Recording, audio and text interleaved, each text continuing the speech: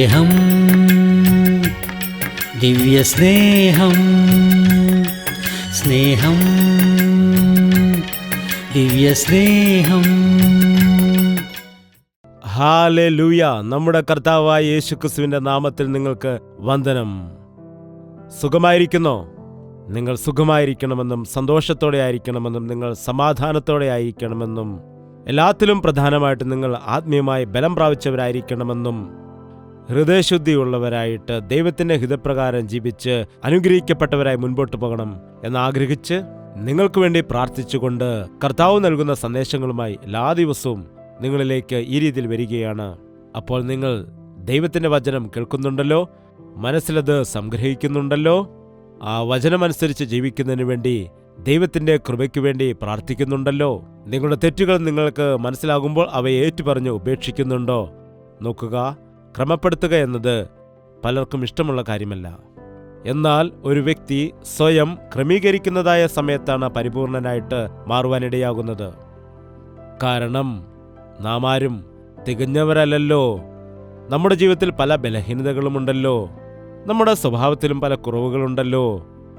അതുകൊണ്ട് നമ്മുടെ ജീവിതത്തിലെ ബലഹീനതകളും നമ്മുടെ കുറവുകളും നമ്മുടെ തെറ്റുകുറ്റങ്ങളും ആരെങ്കിലും ഉയർത്തി കാണിക്കുകയാണെങ്കിൽ അവരോട് നാം കോപിക്കാതെ പകരമായി അവയെ നേരെയാക്കുവാൻ വേണ്ടി പരിശ്രമിക്കുകയാണെങ്കിൽ നമുക്ക് സമ്പൂർണമായും ദൈവത്തിൻ്റെ ഹിതപ്രകാരം സമാധാനത്തോടെ ജീവിക്കുവാൻ കഴിയും. അതുമാത്രമല്ല, നമുക്ക് ദൈവത്തിനും മനുഷ്യർക്കും കൊള്ളാവുന്നവരായി ജീവിക്കുവാനും കഴിയും. അപ്പോൾ മൂഢത ഉപേക്ഷിച്ചുകൊണ്ട്, നമ്മുടെ സ്വന്തം ഇഷ്ടങ്ങളെ ഉപേക്ഷിച്ചുകൊണ്ട്, എൻ്റെ നോട്ടത്തിൽ ഞാൻ നീതിമാനാകുന്നു എന്നുള്ളതായ ആലോചന വിട്ടിട്ട്, ദൈവമേ നിന്റെ ദൃഷ്ടിയിൽ ഞാൻ എങ്ങനെയുള്ളവനാകുന്നു എന്ന് ചോദിച്ചുകൊണ്ട് തങ്ങളുടെ ജീവിതത്തെ ക്രമീകരിക്കുന്നവർ ജീവിതത്തിൽ ഏറ്റവും അനുഗ്രഹിക്കപ്പെട്ടവരാകും. ഭക്തനായ ദാവീദ് പറഞ്ഞു, കർത്താവേ എന്നെ പരീക്ഷിക്കണമേ, എന്നെ പരിശോധിക്കണമേ, വ്യസനത്തിലുള്ള മാർഗം എന്നിലുണ്ടോ എന്ന് നോക്കിയിട്ടെന്നെ നിത്യമായ മാർഗത്തിൽ നടത്തുമാറാകണമേ എന്ന് പ്രാർത്ഥിച്ചു. അതുപോലെ നാമും കർത്താവിനോട് ഇപ്രകാരം തന്നെ പ്രാർത്ഥിക്കേണ്ടതുണ്ട്. എന്നെ പരീക്ഷിക്കണമേ, ശോധന ചെയ്യണമേ, നിനക്ക് വ്യസനത്തിലുള്ള മാർഗം എന്നിലുണ്ടോ എന്ന് നോക്കുമാറാകണമേ എന്ന് കർത്താവിനോട് പ്രാർത്ഥിക്കേണ്ടത് ആവശ്യമാണ്. നിന്റെ നിത്യമായ മാർഗത്തിൽ, നിന്റെ നേരായ മാർഗത്തിൽ എന്നെ നടത്തുവാൻ സഹായിക്കണമെന്ന് പ്രാർത്ഥിക്കുന്ന സമയത്ത് നാം ദൈവത്തിൻ്റെ ദൃഷ്ടിയിൽ നിർദോഷികളായിട്ട്, നിഷ്കളങ്കരായിട്ട്, അനുഗ്രഹിക്കപ്പെട്ടവരായിട്ട് നിൽക്കുവാൻ കഴിയും. സദൃശവാക്യങ്ങൾ 22-ാമത്തെ അധ്യായം 7-ാമത്തെ വാക്യം വായിക്കുന്നു, ശ്രദ്ധിക്കുക. ധനവാൻ ദരിദ്രന്മാരെ ഭരിക്കുന്നു, കടം മേടിക്കുന്നവൻ കടം കൊടുക്കുന്നവന് ദാസൻ. ധനവാൻ ദരിദ്രന്മാരെ ഭരിക്കുന്നു, കടം മേടിക്കുന്നവൻ കടം കൊടുക്കുന്നവന് ദാസൻ. കടം മേടിക്കുന്ന വ്യക്തി കടം കൊടുക്കുന്ന വ്യക്തിക്ക് ദാസൻ. ശ്രദ്ധിക്കുക, കടം എന്നതായ വാക്ക് നമുക്കറിയാമല്ലോ. കടം എന്നുള്ള ആ വാക്ക് നാം ഉപയോഗിച്ചില്ല എങ്കിലും ഇപ്പോൾ ക്രെഡിറ്റ് എന്നും ലോണെന്നുമൊക്കെ പറഞ്ഞുകൊണ്ട് ഇംഗ്ലീഷ് പദങ്ങൾ ഉപയോഗിച്ചുകൊണ്ട് കടം വാങ്ങിച്ചു കൂട്ടുകയാണല്ലോ. അനേകം ആളുകൾ എവിടെ നിന്നായിരിക്കും എനിക്ക് കടം കിട്ടുന്നു എന്ന് പറഞ്ഞ് കടം വാങ്ങിച്ചു കൂട്ടി പല വിധത്തിലുള്ളതായ ബുദ്ധിമുട്ടുകൾ അനുഭവിക്കുന്നത് നമുക്ക് കാണാം. വളരെ ദുഃഖകരമാണത്. എന്താണ്? പണ്ടുള്ളവർ പറയും, കടം വാങ്ങിച്ചിട്ടാണെങ്കിലും ശരി നല്ല രീതിയിൽ ജീവിച്ചു പോകണം എന്ന്. എന്നാൽ ഈ കാലത്തുള്ളതായ ചിലർ പറയുന്നത് കടമാണെങ്കിലും വയറ് നിറച്ച് മദ്യം വാങ്ങി കുടിക്കണമെന്നാണ്. കടം വാങ്ങി മദ്യപിക്കുകയും കടം വാങ്ങി ആഹാരം കഴിക്കുകയും ചെയ്യുക എന്നത് പലർക്കുമുള്ള ശീലമാണ്. ഈ കാലത്ത് ഈ കടഭാരം അനേകരുടെ ജീവിതത്തിലൊരു കഷ്ടതയായിരിക്കുകയാണ്. തിന്നുവാനും കുടിക്കുവാനും മാത്രമല്ല, വസ്ത്രം വാങ്ങുന്നതിന് വേണ്ടി, പലവിധമായ സാധനങ്ങൾ വാങ്ങിക്കൂട്ടുവാനായിട്ട്, വസ്തു വാങ്ങുന്നതിന് വേണ്ടി, വാഹനങ്ങൾ വാങ്ങാൻ, അതും ഇതുമെല്ലാം വാങ്ങുവാൻ കടം വാങ്ങുന്ന ആളുകളെ നാം കാണുന്നുണ്ടല്ലോ. ഈ കാലത്ത് നാം എവിടെ തിരിഞ്ഞാലും ശരി കടമെന്നാണ് കേൾക്കാറുള്ളത്. എന്തിനേറെ പറയുന്നു, ഒരു രാജ്യം മറ്റൊരു രാജ്യത്തിൽ നിന്ന് കടം വാങ്ങുന്നു, വേൾഡ് ബാങ്കിൽ നിന്നും കടങ്ങൾ വാങ്ങിക്കൂട്ടുന്നു. അനേക രാജ്യങ്ങൾ ഇങ്ങനെ കടം വാങ്ങിക്കൂട്ടിയിട്ട് അവർ ഞെരുക്കത്തിലും ബുദ്ധിമുട്ടിലും ആയി പോകാറുണ്ട്. നമ്മുടെ ഭാരതത്തിൻ്റെ കാര്യം നോക്കിയാലും $4000 മില്യൺ കടം ഉണ്ടെന്നാണ് പറയുന്നത്. ഈ കടം എങ്ങനെയാണ് വീട്ടേണ്ടത് എന്ന ചിന്തയില്ല. ഒരു കടം വീട്ടുന്നതിന് വേണ്ടി അടുത്ത കടം വാങ്ങിക്കൂട്ടി അങ്ങനെ റൊട്ടീനായിട്ട് ഈ കാര്യം ഇങ്ങനെ തന്നെ മുൻപോട്ട് പോയിക്കൊണ്ടിരിക്കുകയാണ് ചെയ്യുന്നത്. ഈ കാലത്ത് എല്ലാ മനുഷ്യരും കടം വാങ്ങി ജീവിക്കുന്നതായിട്ട് കാണാൻ കഴിയും. കടത്തിൻ്റെ കാർഡ്, അതെന്താണ്? ക്രെഡിറ്റ് കാർഡ് നിങ്ങൾ ഉപയോഗിക്കുന്നുണ്ടോ? ഒരു വ്യക്തിക്ക് ക്രെഡിറ്റ് കാർഡ് ഇല്ല എങ്കിൽ ആ വ്യക്തിയെ നിസ്സാരനായിട്ടാണോ നിങ്ങൾ കാണുന്നത്? കഴിവില്ലാത്ത വ്യക്തിയായിട്ട്, സമ്പത്തില്ലാത്ത വ്യക്തിയായിട്ട് അദ്ദേഹത്തെ നിസ്സാരനായിട്ട് കാണുന്നുണ്ടോ? എല്ലാ മനുഷ്യരും ഒരു ക്രെഡിറ്റ് കാർഡും കയ്യിൽ വെച്ചുകൊണ്ട് ഓരോരോ ആവശ്യങ്ങൾക്ക് വേണ്ടി, പലവിധമായ കാര്യങ്ങൾക്ക് വേണ്ടി അത് ഉപയോഗിക്കുകയാണ് ചെയ്യുന്നത്. നോക്കുക, നമുക്ക് ആവശ്യമുള്ളത് ആവശ്യമുള്ള സമയത്ത് വാങ്ങിക്കുന്നത് നല്ലത്. അനാവശ്യമായ ഒരു സാധനം ആവശ്യമില്ലാത്തതായ ഒരു സമയത്ത് വീട്ടിൽ വാങ്ങിവെക്കുന്നത് നല്ലതാണോ? വിലക്കിഴിവിൽ കിട്ടിയതാണെന്നും പറഞ്ഞ്, അല്ലെങ്കിൽ ഓഫറിൽ കിട്ടിയതാണെന്നും പറഞ്ഞ് വീട് നിറയെ ഒരുപാട് സാധനങ്ങൾ വാങ്ങിക്കൂട്ടി വച്ചിരിക്കുന്നതായ ആളുകളെ ഇന്ന് നാം സാധാരണ കാണാറുണ്ടല്ലോ. നോക്കുക, ഈ കടത്തിനെക്കുറിച്ച് ബൈബിളിൽ എന്താണ് പറയുന്നത്? കടം വാങ്ങുന്ന വ്യക്തി കടം കൊടുക്കുന്നവന് അടിമയായിരിക്കും.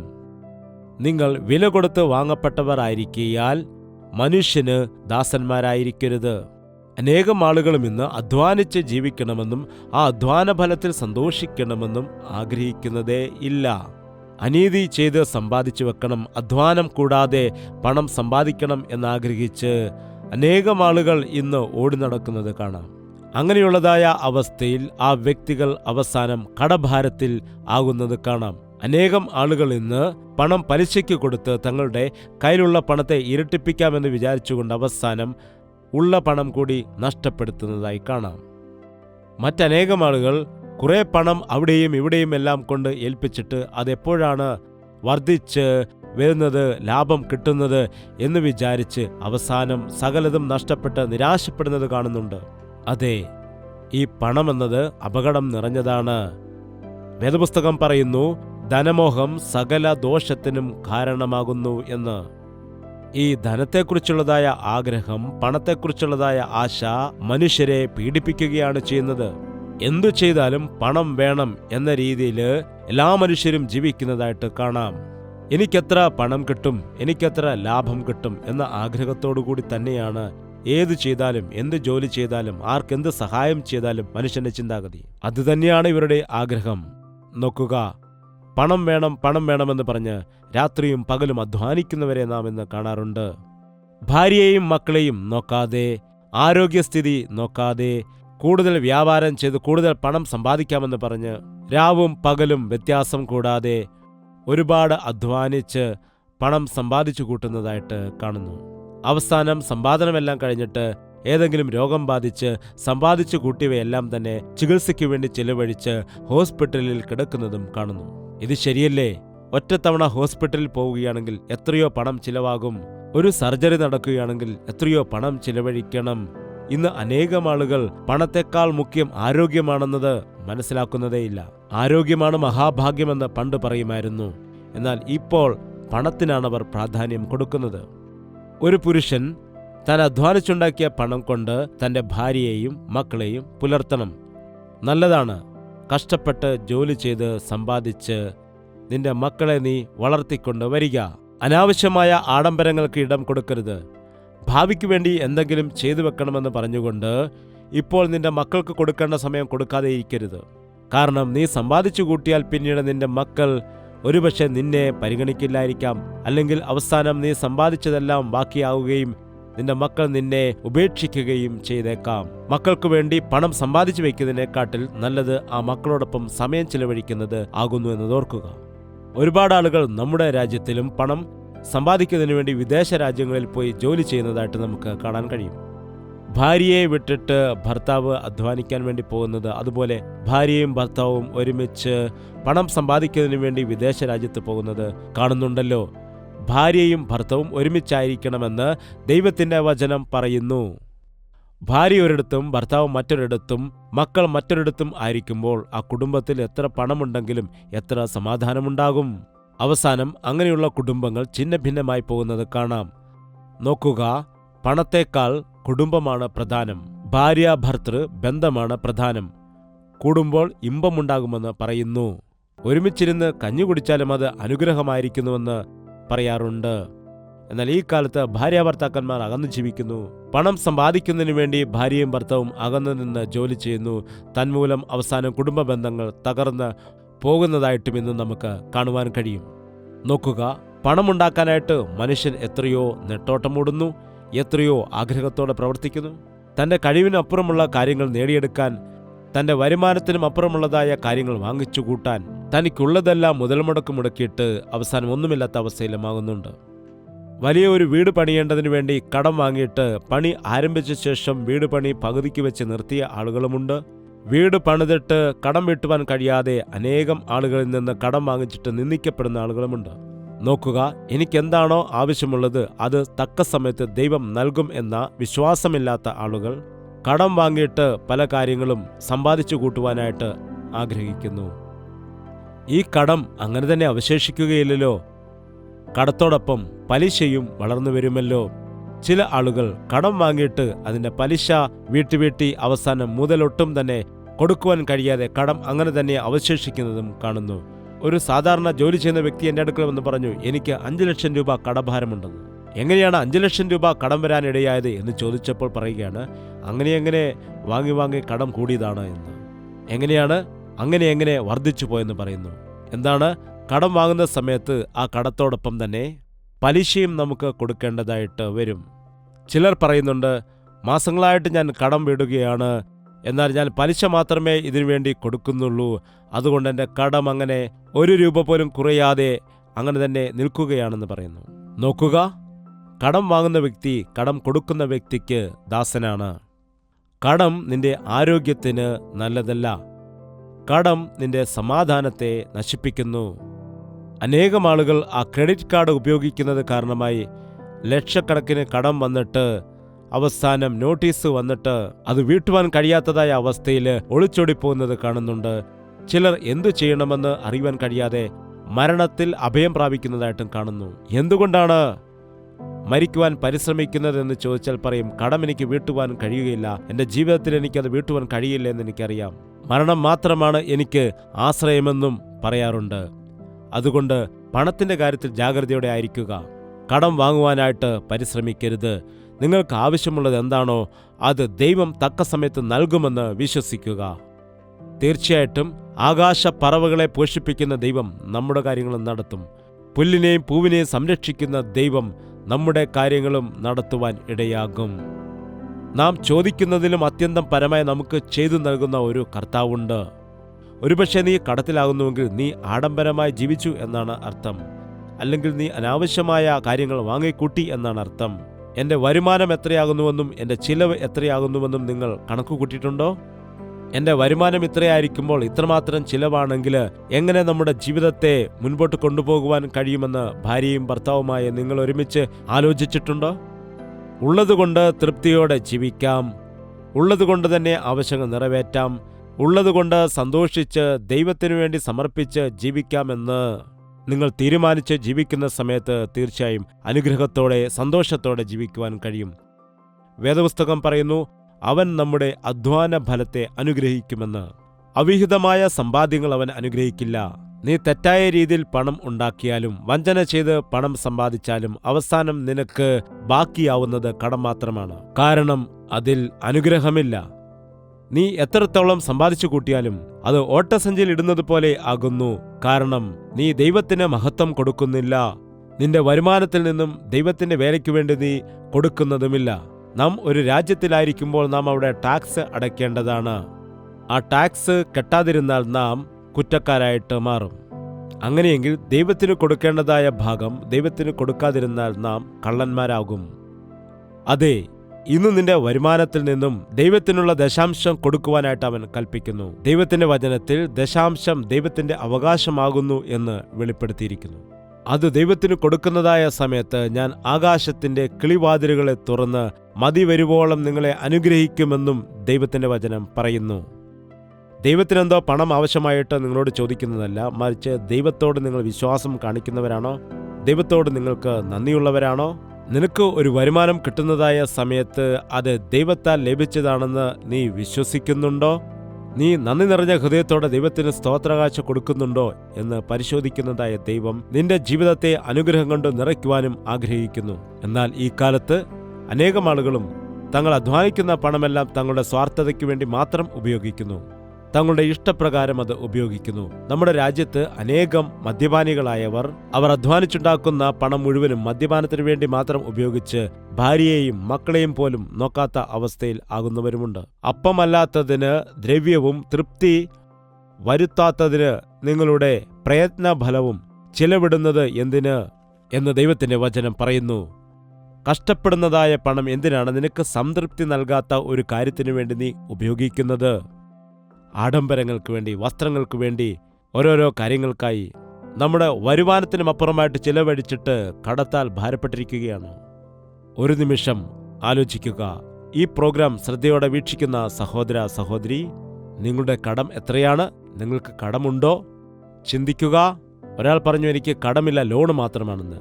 അത് ലോണാണെങ്കിലും ക്രെഡിറ്റ് കാർഡിന് കൊടുക്കാനുള്ള ബില്ലാണെങ്കിലും അതെല്ലാം ഒരു കടമല്ലേ? ഓർക്കണം, നമുക്ക് ഒരുപാട് ബില്ല് അടയ്ക്കേണ്ടതായ സമയത്ത് എല്ലായിടത്തു നിന്നും കടം വാങ്ങിയിട്ട് ഒന്നും അടയ്ക്കാൻ പറ്റാത്തതായ അവസ്ഥയിൽ വളരെ നിരാശയോടുകൂടി കണ്ണുനീരോടുകൂടി വീട്ടിൽ നിന്ന് വെളിയിലിറങ്ങാൻ പറ്റാത്തതായ അവസ്ഥയിൽ ജീവിക്കുന്ന അനേകം ആളുകളുണ്ട്. ഒരു നിമിഷം ചിന്തിക്കുക. നാളെ സമ്പാദിക്കാമെന്ന് വിചാരിക്കുന്നതിനെ ഇന്ന് തന്നെ ചിലവഴിക്കരുത്. അതുകൊണ്ട് നമ്മുടെ ജീവിതത്തിൽ ഓരോരോ കാര്യങ്ങൾ ചെയ്യുന്ന സമയത്ത് നാം തീർച്ചയായിട്ടും ചിന്തിക്കണം, നമ്മുടെ വരുമാനം എത്രയാണ്, നമ്മുടെ ചിലവ് എത്രയാണ്. അതിനനുസരിച്ച് ചിലവഴിച്ചാൽ നമുക്ക് കടം ഉണ്ടാകുന്നതായ സാധ്യതയില്ല. ഇന്ന് അനേകം ആളുകൾ കടഭാരത്തിലാകുന്നു. പലർക്കു വേണ്ടി ഞാൻ പ്രാർത്ഥിക്കുന്നതായ സമയത്ത് നിങ്ങൾക്ക് എന്തുകൊണ്ട് ഈ കടം വന്നു എന്ന് ചോദിച്ചപ്പോൾ പറയുകയാണ്, അത് എൻ്റേതല്ല, എൻ്റെ സ്നേഹിതൻ അല്ലെങ്കിൽ എൻ്റെ ബന്ധു ജാമ്യത്തിന് വേണ്ടി സൈൻ ചെയ്യാൻ പറഞ്ഞു, അവർക്ക് ഞാൻ കടം വാങ്ങിക്കൊടുത്തു. കടം കൊടുത്ത ആൾ വേറെയാണ്, വാങ്ങിയ വ്യക്തിയും വേറെയാണ്. എൻ്റെ സൈൻ ഇവിടെ ഉള്ളതുകൊണ്ട് ഈ കടം വീട്ടേണ്ട ചുമതല ഇപ്പോൾ എൻ്റെ മേലായിരിക്കുന്നു. ഇപ്പോൾ ഞാനാണ് ഇതെല്ലാം പൂർണ്ണമായിട്ടും വീട്ടുവാൻ കഷ്ടപ്പെടുന്നത്. നോക്കുക, നിങ്ങളുടെ കയ്യിൽ പണമുണ്ട് എങ്കിൽ, ആർക്കെങ്കിലും കടം കൊടുക്കുവാൻ ആഗ്രഹിക്കുന്നുണ്ട് എങ്കിൽ നിങ്ങൾ തീർച്ചയായും കൊടുക്കണം. എന്നാൽ നിങ്ങളുടെ കയ്യിൽ പണമില്ലാതിരിക്കുന്ന സമയത്ത് ആരുടെയെങ്കിലും പേരിൽ കടം വാങ്ങിക്കൊടുക്കുന്നത് അത് നല്ലതല്ല. നിങ്ങളുടെ കയ്യിൽ ഇല്ലാതെ ഇരിക്കുമ്പോൾ മറ്റാരുടെയെങ്കിലും കയ്യിൽ നിന്ന് കടം വാങ്ങിപ്പിച്ച് അവസാനം നിങ്ങളിങ്ങനെ കഷ്ടപ്പെടുന്നത് എത്ര ദുഃഖകരമാണ്. ഇന്ന് അനേകം ആളുകൾ അങ്ങനെയുണ്ട്. ദുഷ്ടനായ വ്യക്തി കടം വാങ്ങിയിട്ട് തിരിച്ചു കൊടുക്കുന്നില്ല എന്ന് ദൈവത്തിന്റെ വചനം പറയുന്നു. അതുകൊണ്ട് കടത്തിനു വേണ്ടി മറ്റുള്ളവർക്കായിട്ട് ജാമ്യം നിൽക്കുവാനോ അതുപോലെ എനിക്കെന്തെങ്കിലും കമ്മീഷൻ ലഭിക്കും അതുകൊണ്ട് ഞാൻ ചെയ്യുന്നു എന്ന് പറഞ്ഞൊരിക്കലും മുൻപോട്ട് പോകരുത്. ഇങ്ങനെ പണത്തിന്റെ ഇടപാടുകളിൽ വളരെ ജാഗ്രതയോടെ കൈകാര്യം ചെയ്യണം. അതെപ്പോഴും നിങ്ങളുടെ മനസ്സിൽ ഓർമ്മയിരിക്കണം. നിങ്ങൾ ആദ്യം ഇടപെടുന്നതായ സമയത്ത് എനിക്ക് കുറേ പണം ലഭിക്കാനിടയാകും, ഒരുപാട് പണം ലാഭമായി കിട്ടും എന്നൊക്കെ ചിന്തിക്കും. എന്നാൽ പിന്നീട് മനസ്സിലാക്കാൻ കഴിയും നിങ്ങൾ വഞ്ചിക്കപ്പെട്ടുവെന്ന്, ചതിക്കപ്പെട്ടുവെന്ന്. പ്രിയ സഹോദര സഹോദരി, ഒരു വ്യക്തി ചെറിയ കാര്യത്തിൽ വിശ്വസനായില്ല എങ്കിൽ എങ്ങനെ ദൈവത്തിന് അവനെ അനുഗ്രഹിക്കുവാൻ കഴിയും? നിന്റെ കയ്യിൽ തന്നിരിക്കുന്ന പണത്തിന്റെ വിഷയത്തിൽ നീ വിശ്വസ്തനായിരിക്കുന്നില്ല എങ്കിൽ നിന്റെ ജീവിതത്തിൽ നഷ്ടമുണ്ടാകാനിടയാകും. അനേകരും മറ്റുള്ളവരുടെ പണം അവരുടെ കയ്യിൽ വെച്ചിട്ട് കള്ളക്കണക്കുകൾ എഴുതുന്നതായിട്ടും കാണാം. അത് ദൈവത്തിന് വെറുപ്പുള്ള കാര്യമാണ്. കൈക്കൂലി വാങ്ങിയെടുക്കുന്നതും മറ്റുള്ളവരുടെ പണം തട്ടിയെടുക്കുന്നതും ദൈവം ഒരിക്കലും അംഗീകരിക്കുകയില്ല. നീ അധ്വാനിച്ച് പണമുണ്ടാക്കിയാൽ അത് അല്പമാണെങ്കിലും ദൈവം അതിനെ അനുഗ്രഹിച്ച് നിന്റെ സകല ആവശ്യങ്ങളും നടക്കുവാൻ തക്കവണ്ണം അത് നന്മയ്ക്കായിട്ട് മാറ്റുവാനിടയാകും. അതുകൊണ്ട് ഇന്ന് തന്നെ ഒരു തീരുമാനം എടുക്കുക, ഇനിമേൽ ഞാൻ കടം വാങ്ങുകയില്ല. എനിക്ക് ആവശ്യമുള്ളത് എൻ്റെ കർത്താവ് നൽകും എന്ന വിശ്വാസത്തോടുകൂടി പ്രാർത്ഥിക്കും. ഒരുപക്ഷേ എനിക്ക് ശ്രേഷ്ഠമായ ആഹാരം കഴിക്കുവാനുള്ള പണമില്ല എങ്കിലും എനിക്ക് ഉണ്ടായിരിക്കുന്ന ആഹാരം കഴിച്ചുകൊണ്ട് വെള്ളം കുടിച്ച് കർത്താവിനെ ഞാൻ സ്തുതിക്കും. പുതിയ വസ്ത്രം വാങ്ങുവാൻ പണമില്ല എങ്കിൽ ഉള്ള വസ്ത്രം വൃത്തിയായിട്ട് സൂക്ഷിച്ച് ഉപയോഗിച്ചാൽ നിങ്ങൾക്ക് പിന്നെ കടം ഉണ്ടാവുകയില്ലല്ലോ. നിങ്ങൾക്ക് കടമുണ്ടായത് എങ്ങനെ ചോദിക്കുമ്പോൾ ചിലർ പറയും, മക്കളെ വിവാഹം കഴിപ്പിച്ചയച്ചു, അതുകൊണ്ടാണ് കടം ഉണ്ടായതെന്ന്. എന്താണ്? വിവാഹത്തിനു വേണ്ടി കടം വാങ്ങുകയോ? അത്രയും ആഡംബരമായിട്ട് വിവാഹം ചെയ്യണമോ? ഒരു ദിവസത്തെ കല്യാണത്തിന് വേണ്ടി ഒരുപാട് കടം വാങ്ങിയിട്ട് വർഷങ്ങളായിട്ട് കഷ്ടത അനുഭവിക്കുന്നവർ ഉണ്ട്. ഇന്ന് അനേകം ആളുകൾ പറയാറുണ്ട്, വീട് കെട്ടുന്നതിന് വേണ്ടിയാണ് കടം വാങ്ങുവാനിടയായത്. ഇപ്പോൾ ആ പുതിയ വീട്ടിലാണെങ്കിലും സമാധാനത്തോടെ ആയിരിക്കാൻ കഴിയുന്നില്ല. നിങ്ങളുടെ കഴിവിനപ്പുറമായുള്ള കടം എന്തുകൊണ്ടാണ് നിങ്ങൾ വാങ്ങിയത്? ചിലരോട് എന്തുകൊണ്ടാണ് കടം വാങ്ങിയത് എന്ന് ചോദിച്ചാൽ അവർ പറയുന്നതായ വാക്കുകൾ കേട്ടാൽ ഒരുപാട് വേദനയുണ്ടാകും. അവർ പറയും, ഞങ്ങൾ വാങ്ങിയില്ല, ഞങ്ങളുടെ പിതാവ് കടം വാങ്ങുകയും മരണശേഷം കടം ബാക്കിയാവുകയും ചെയ്തുവെന്ന്. ആ കടക്കാർ വന്ന് ഞങ്ങളെ ബുദ്ധിമുട്ടിക്കുന്നു എന്ന് പറഞ്ഞ് വേദനിക്കുന്ന അനേകം ആളുകളുണ്ട്. എന്തിനു കടം വാങ്ങിയെന്ന് മറ്റു ചിലരോട് ചോദിക്കുകയാണെങ്കിൽ പറയും, ആക്സിഡന്റ് ഉണ്ടാകാനിടയായി, ഹോസ്പിറ്റലിൽ അഡ്മിറ്റായി, ലക്ഷക്കണക്കിന് പണം കൊടുക്കാതെ ഓപ്പറേഷൻ ചെയ്യുകയില്ലെന്ന് പറഞ്ഞു. അങ്ങനെ ആശുപത്രി ചിലവിന് വേണ്ടി, മരുന്നുകൾക്ക് വേണ്ടി കടം വാങ്ങിയിട്ട് വീട്ടാത്ത അവസ്ഥയിൽ ആയിരിക്കുന്നു എന്ന് വേദനയോടുകൂടി പറയുന്നു. പ്രിയ സഹോദര സഹോദരി, നിങ്ങൾ എന്തുകൊണ്ടാണ് കടം വാങ്ങിയത്, എത്രയാണ് കടം വാങ്ങിയത് എന്ന് ഈ ദിവസം ദൈവം നിങ്ങളോട് സംസാരിക്കുന്നു. നിങ്ങളുടെ കടബാധ്യതകളെല്ലാം തന്നെ വീട്ടുവാൻ മതിയായവനാണ് നമ്മുടെ കർത്താവ്. വെള്ളി എൻ്റേത്, പൊന്ന് എൻ്റേത്, പ്രപഞ്ചവും അതിലുള്ള സകലതും എൻ്റേതാണെന്ന് പറഞ്ഞ കർത്താവ് നിനക്കുണ്ടായിരിക്കുന്നതായ കടഭാരങ്ങളെ അത് എത്രയാണെങ്കിലും വീട്ടുവാൻ മതിയായ ദൈവമാകുന്നു. നിന്റെ തെറ്റുകളെ നീ മനസ്സിലാക്കിക്കൊണ്ട് കർത്താവിൻ്റെ സന്നിധിയിൽ അനുതാപത്തോടുകൂടി പ്രാർത്ഥിക്കുകയാണെങ്കിൽ, എൻ്റെ തെറ്റുകൾ ക്ഷമിക്കണമേ, എൻ്റെ അവിവേകം നീ ക്ഷമിക്കണമേ, കർത്താവേ എന്നോട് കരുണ കാട്ടണമേ എന്ന് നീ പ്രാർത്ഥിക്കുകയാണെങ്കിൽ, ഇന്നു മുതൽ ഞാൻ നിങ്ങളെ അനുഗ്രഹിക്കും എന്ന് പറഞ്ഞതായ കർത്താവ് നിങ്ങൾക്ക് വേണ്ടി ഒരു അത്ഭുതം ചെയ്യാനിടയാകും. നിങ്ങളുടെ കടബാധ്യതകളിൽ നിന്നും എങ്ങനെ ദൈവം വിടുവിക്കുന്നു എന്ന് എനിക്കറിയാൻ കഴിയില്ല, എന്നാൽ അത്ഭുതങ്ങൾ ചെയ്യുന്നതായ കർത്താവ് നിങ്ങളുടെ ജീവിതത്തിൽ വൻ കാര്യങ്ങളെ ചെയ്യുവാൻ ഇടയാകും. അതെ, നിങ്ങൾ അനുതാപത്തോടുകൂടി വിശ്വാസത്തോടുകൂടി കർത്താവിൻ്റെ സന്നിധിയിൽ പ്രാർത്ഥിക്കുക. കർത്താവ്, എനിക്ക് ഒരുപാട് കടഭാരമുണ്ട്, ഒരുപാട് ആളുകൾക്ക് ഒരുപാട് പണം ഞാൻ കടം കൊടുക്കാനുണ്ട്, ഇത്രയും കഷ്ടത നിറഞ്ഞ അവസ്ഥയിൽ എന്തു ചെയ്യണമെന്ന് എനിക്ക് മനസ്സിലാകുന്നില്ല, എന്നെ സഹായിക്കണമേ എന്ന് പറഞ്ഞ് കർത്താവിൽ നീ ആശ്രയിക്കുകയാണെങ്കിൽ അത്ഭുത കാര്യങ്ങൾ ചെയ്യുന്നവനായ കർത്താവ് നിന്നോട് കരുണ കാട്ടും. മനുഷ്യരെ വിശ്വസിച്ചിട്ട് ചതിക്കപ്പെട്ടു. ഇവിടെ നിന്ന് കടം വാങ്ങി അവിടെ കൊടുത്ത്, അവിടെ നിന്ന് കടം വാങ്ങി ഇവിടെ കൊടുത്ത്, അവസാനം കടമായിട്ട് തന്നെ അവശേഷിച്ചു പോകുന്നല്ലോ. കർത്താവ് കണ്ണു തുറക്കുകയാണെങ്കിൽ നമ്മുടെ ആവശ്യങ്ങളെല്ലാം നിറവേറാനിടയാകും. ദൈവത്തിൽ നിങ്ങൾ വിശ്വസിക്കുക. നിങ്ങളുടെ അറിവില്ലായ്മ ഓർത്തുകൊണ്ട്, അവിവേകം ഓർത്തുകൊണ്ട്, നിങ്ങൾ വരുത്തിവെച്ചതായ കടഭാരം ഓർത്തുകൊണ്ട് പശ്ചാത്തപിച്ച്, കർത്താവേ, ഇനിമേൽ എൻ്റെ കയ്യിൽ വരുന്നതായ പണത്തെ നിന്റെ കരങ്ങളിൽ സമർപ്പിക്കുന്നു, നീ അനുഗ്രഹിക്കണമേ, നിന്റെ ഹിതപ്രകാരം അത് ചെലവഴിക്കുവാൻ വേണ്ടി എന്നെ സഹായിക്കണമേ എന്ന് നിങ്ങൾ പ്രാർത്ഥിക്കുകയാണെങ്കിൽ, നിങ്ങളുടെ കടഭാരങ്ങൾ മാറുക മാത്രമല്ല, നിങ്ങളുടെ ചിലവുകളെല്ലാം കഴിഞ്ഞിട്ട് നിങ്ങൾക്ക് ബാക്കി വയ്ക്കുവാനും ദൈവം നിങ്ങളെ സഹായിക്കും. അവൻ അനുഗ്രഹിച്ചതായ ജനങ്ങൾ കടം വാങ്ങുകയില്ല, കടം കൊടുക്കുകയായിരിക്കും ചെയ്യുന്നതെന്ന് ദൈവത്തിൻ്റെ വചനം പറയുന്നു. ഒരു കാലത്ത് കടം വാങ്ങിയിരുന്നതായ അവർ ഇന്ന് ദൈവത്താൽ അനുഗ്രഹിക്കപ്പെട്ട് മറ്റ് അനേകർക്ക് കടം കൊടുക്കത്തക്കതായ നിലയിൽ ദൈവം അവരെ ആക്കി വച്ചിരിക്കുന്നു. നിന്നോടും ദൈവം കരുണ കാട്ടും. ഇന്ന് തന്നെ ഒരു തീരുമാനം എടുക്കുക. ഇനി ഒരു സാഹചര്യത്തിലും ഞാൻ കടം വാങ്ങുവാൻ ഇടയാകില്ല. എൻ്റെ ഏതവസ്ഥയിലും തക്ക സമയത്ത് തന്നെ കർത്താവ് എനിക്ക് നൽകിത്തരും എന്ന വിശ്വാസത്തോടുകൂടി മുൻപോട്ട് പോകും. എൻ്റെ കർത്താവ് എൻ്റെ കൂടെ ഉള്ളതുകൊണ്ട് എനിക്കൊന്നിനെക്കുറിച്ചും ഭാരപ്പെടേണ്ടതായ കാര്യമില്ല. എനിക്ക് കിട്ടുന്ന പണം ആ ദൈവത്തിൻ്റെ ഹിതമനുസരിച്ചുകൊണ്ട് ഞാൻ ചിലവഴിക്കാൻ ഇടയാകുമെന്ന് തീരുമാനിക്കുമ്പോൾ നിങ്ങൾ അനുഗ്രഹിക്കപ്പെടും. പ്രാർത്ഥിക്കാം. പരിശുദ്ധനായ സ്നേഹമുള്ള പിതാവേ, ഈ വചനം കേട്ടുകൊണ്ട് എനിക്കിത്രയും കടഭാരമുണ്ട്, ഇത്രത്തോളം ആവശ്യങ്ങൾ എനിക്കുണ്ട്, ഇന്ന വിഷയങ്ങളിൽ എനിക്ക് നഷ്ടം വന്നിരിക്കുന്നു, ചതിക്കപ്പെട്ടിരിക്കുന്നു, ഞെരുക്കത്തിലായിരിക്കുന്നു, വെളിയിൽ വരുവാൻ പറ്റാത്ത അവസ്ഥയിലാകുന്നു, കടഭാരത്തിൽ മുങ്ങിപ്പോയിരിക്കുന്നു എന്ന് പറഞ്ഞുകൊണ്ട് ആരൊക്കെയാണോ തങ്ങളുടെ അവസ്ഥയെ അറിഞ്ഞുകൊണ്ട് കർത്താവിൻ്റെ മുൻപിൽ പ്രാർത്ഥിക്കുന്നത് അവരെ നീ ദർശിക്കുമാറാകണമേ. നിന്റെ മുറിവേറ്റതായ കരങ്ങളെ നീട്ടിക്കൊണ്ട് അവരുടെ അജ്ഞാനവും അറിവില്ലായ്മയും ക്ഷമിച്ചുകൊണ്ട് അവരെ അനുഗ്രഹിക്കണമേ കർത്താവേ. നീ അനുഗ്രഹിച്ചാൽ അത് നിത്യമായ അനുഗ്രഹം ആയിരിക്കുന്നതുകൊണ്ട് നീ ഇവരെ അനുഗ്രഹിക്കണമേ. ഈ ലോകത്തിൽ പരസ്പരം കടം വാങ്ങി, പരസ്പരം വഞ്ചന കാട്ടി, പരസ്പരം ദോഷം പ്രവർത്തിക്കുന്ന നാശകരമായ ഈ ലോകത്തിൽ ഞങ്ങൾ മനുഷ്യർക്ക് ദാസന്മാരാകാതെ ദൈവത്തിൻ്റെ മക്കളായി, ദൈവത്തിൻ്റെ സാക്ഷികളായി ജീവിക്കുന്നതിന് വേണ്ടി ഞങ്ങളുടെ അധ്വാന ഫലത്തെ അനുഗ്രഹിക്കണമേ അപ്പാ. ഞങ്ങളുടെ കലത്തിലെ മാവും ഞങ്ങളുടെ ഭരണിയിലെ എണ്ണയും കുറഞ്ഞു പോകാതെ ആ ക്ഷാമകാലത്ത് വിധവയായ സ്ത്രീയെ നീ അനുഗ്രഹിച്ചതുപോലെ ഞങ്ങളുടെ ജീവിതത്തിൽ ഈ ദിവസം ഞങ്ങൾക്കുണ്ടായിരിക്കുന്ന അല്പമാണെങ്കിലും അതിനെ നീ അനുഗ്രഹിച്ചുകൊണ്ട് അത് സംതൃപ്തി നൽകുന്നതിനു വേണ്ടിയും ഞങ്ങളുടെ ആവശ്യങ്ങൾ നിറവേറ്റുന്നതിനു വേണ്ടിയും ഉതകുവാൻ തക്കവണ്ണം നീ അനുഗ്രഹിച്ച് നിന്റെ നാമത്തെ മഹത്വപ്പെടുത്തണമെന്ന് യേശു ക്രിസ്തുവിന്റെ നാമത്തിൽ അപേക്ഷിക്കുന്നു പിതാവേ, ആമേൻ. ദൈവത്തിന് സ്തോത്രം. ഞങ്ങൾക്ക് കടഭാരമൊന്നുമില്ല, ഞങ്ങൾ സുഖത്തോടെയായിരിക്കുന്നു എന്നാണോ ചിന്തിക്കുന്നത്? ഒരുപാട് പണമുണ്ടെന്ന് പറഞ്ഞ് ആഡംബരത്തോടെ ജീവിക്കുകയാണെങ്കിൽ ഇരുന്ന് തിന്നാൽ പർവ്വതം പോലും തീരുമെന്നാണ് പറയുന്നത്. നിങ്ങൾക്കുള്ളതായ പണം ജാഗ്രതയോടെ നിങ്ങൾ ഉപയോഗിക്കുക. ഇപ്പോൾ നിങ്ങൾക്ക് കടമില്ലെങ്കിലും ആകസ്മികമായി കടം ഉണ്ടാകാതിരിക്കാൻ നിങ്ങൾ പരിശ്രമിക്കുക. പണത്തിൽ അല്ലാതെ ദൈവത്തിൽ മാത്രം ആശ്രയിക്കുക. വ്യാപാരത്തിൽ കൂടി വരുന്നതായ ലാഭത്തിൽ മാത്രം ആശ്രയിക്കാതെ ദൈവത്തിൽ ആശ്രയിക്കൂ. ദൈവം അനുഗ്രഹിച്ചാൽ അത് നിത്യമായ അനുഗ്രഹമാണെന്ന് മനസ്സിലാക്കൂ. ഇപ്പോൾ തന്നെ ഒരുപാട് കടബാധ്യതകൾ ആയിരിക്കുന്നതായ വ്യക്തികളുണ്ട്.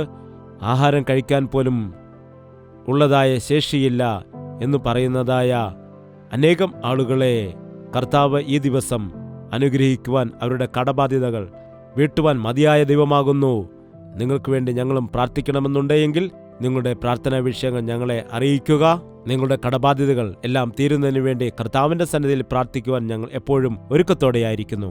യേശുവേ, യേശുവേ, യേശുവേ, യേശുവേ, യേശുവേ, യേശുവേ, യേശുവേ, യേശുവേ.